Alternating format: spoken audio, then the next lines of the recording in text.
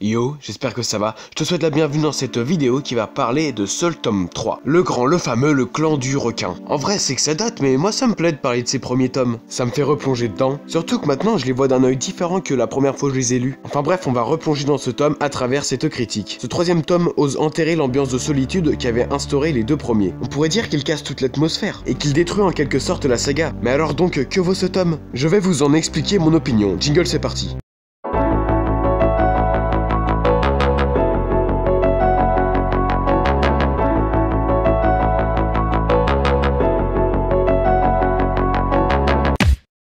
Donc comme je l'avais dit, le tome d'emblée nous casse cette solitude brutalement, et par la même occasion toute l'atmosphère qu'avaient instauré les deux premiers tomes, mais à l'inverse on a quelque chose de très nouveau, très frais du coup. Nouveau décor, nouveaux personnages, la saga prend une nouvelle dimension. Au tome 1 et au tome 2 c'était gérer la vie de groupe, et dans ce tome 3 c'est gérer la vie en communauté au sens large. Donc ce tome 3 est-il le Fossoyeur ou l'ascension de la saga? On y va.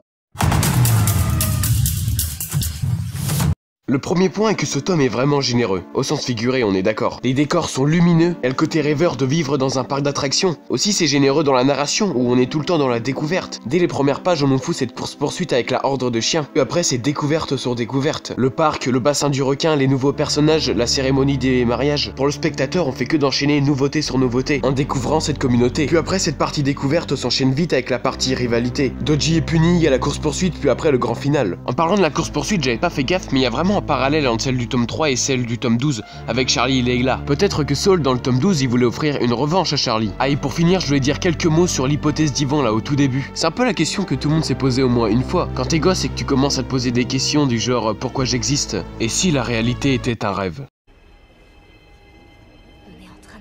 Donc ce tome est lumineux, dépaysant, mais est-ce qu'on peut le résumer qu'à ça? Est-ce que ça fait de lui un tome moins intéressant que ses prédécesseurs? Est-ce que le fait d'avoir enterré cette solitude le fait perdre en intérêt? Mais en fait, est-ce que cette saga se résume au fait d'être seul? Est-ce que son essence, ses enjeux, est liée à la solitude? C'est ce dont je vais débattre dans cette vidéo. Êtes-vous prêts? On y va. Le premier truc qui est grave bon dans ce tome, c'est le personnage de Saul. Son entrée dans la saga est super réussie. En un tome, ils arrivent à nous montrer la complexité de sa psychologie, cet enfant qui prône la loi du plus fort, mais je trouve ils arrivent à en faire bien plus que ça en fait. On découvre la face cachée de ce personnage, son traumatisme. C'est majoritairement grâce à ce tome qu'il est devenu un de mes persos préférés. D'un côté, on a ce gars d'honneur avec du cran, qui veut mener et diriger sa communauté, qui veut le pouvoir. Et d'un autre côté, on a cet être traumatisé, qui craint à juste titre la fin du monde. D'ailleurs, en parlant de la fin du monde, il dit à un moment au tome 3, la fin de tout ce qui nous entoure. Ça ne ferait pas référence à mes petites théories sur la guerre des limbes? Ce qui m'intrigue, c'est que comment il sait tout ça? Toujours est-il que ça en fait un personnage hyper intéressant et je dirais même attachant. Il apporte de la force à ce tome 3 et surtout à la scène finale. Transition toute trouvée, parlons des moments forts de ce tome.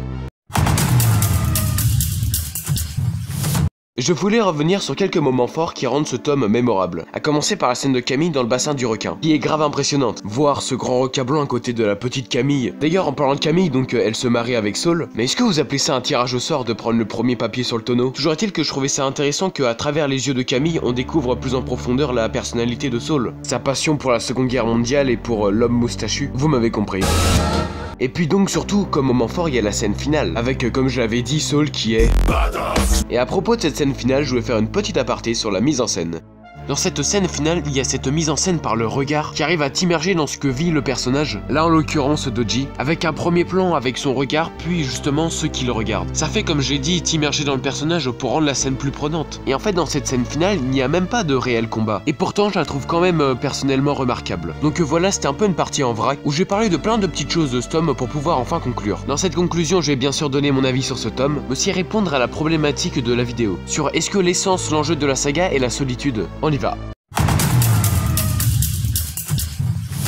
Pour moi, Soul tome 3 est une très bonne, voire une excellente BD, pour trois raisons principales. La première, c'est le dépaysement. La deuxième, c'est le rythme effréné de ce tome entre découverte et scène d'action. Et la troisième, c'est ce personnage de Saul. Il porte l'histoire et est, à mes yeux, l'atout principal de ce tome. C'est pour ça que je mets à ce tome un 7 sur 10. Et honnêtement, j'hésitais à lui mettre 8. En tant qu'antagoniste, le fait que le personnage soit plus humain que d'autres qu'on a vu dans la saga, le rend grave intéressant. Et oui, donc encore un 7 sur 10. Rassurez-vous, aucun des 5 prochains tomes n'aura cette note. En même temps, 7 sur 10 soit très bien, je trouve c'est un peu la note moyenne moyenne de la saga. Chaque tome est bien réfléchi et donc aucun n'est mauvais, mais je trouve qu'il n'y en a aucun en fait qui survole les autres comme un crossover. Ce que j'appelle un crossover, c'est un opus aboutissant d'une saga. Comme là dans cette saga, ça pourrait être ceux avec la guerre des limbes. Ce genre de tome où je serais tenté de mettre un 9 sur 10 soit exceptionnel. Parce qu'en fait cette saga dans son ensemble, je la trouve exceptionnelle. Je vous renvoie d'ailleurs sur ma vidéo pourquoi la BD seule est-elle géniale. D'ailleurs dans cette vidéo quand je parlais de l'ambition du scénario, mais je trouve pour l'instant qu'on en est plus au stade de promesse. On nous présente peu à peu tous les pions de l'échiquier, en attendant et en espérant qu'ils entrent en action. Mais qui sait, notre tome 13 sera peut-être plus aboutissant qu'il n'en a l'air. En tout cas j'espère et je pense pouvoir mettre un jour un 9 sur 10 à un tome de seul. La note maximale étant pour l'instant 8. Note que j'essaye de mettre en étant le plus objectif possible. Bien qu'on n'est pas objectif, c'est le principe même de donner son avis. Mais j'essaye au moins d'être objectif par rapport à mon ressenti. Et je vous invite à faire de même par rapport au vôtre à travers un sondage en haut à droite. Tu mets combien un seul tome 3? Je t'encourage à donner ton avis. On va donc terminer par parler de l'essence et de l'enjeu de cette saga. De son titre seul, est-ce que la base de la saga est la solitude? À mes yeux, non, c'est inexact. Les auteurs parlaient de Robinsonade urbaine, mais en fait les enjeux sont complètement différents que là pour l'exemple Robinson Crusoe. Ou Robinson Crusoe, ouais je crois que ça se dit plutôt comme ça. L'enjeu n'est pas la solitude, mais plutôt le fait de se gérer en groupe sans les adultes. D'ailleurs son inspiration principale n'était pas Robinson Crusoe, mais plutôt Sa Majesté les Mouches. Voir des enfants se gérer tout seuls. Au final, le tome 3 n'est pas à contre-courant de la saga, étant donné ses réels enjeux. Dites-moi vous, votre vision de la saga.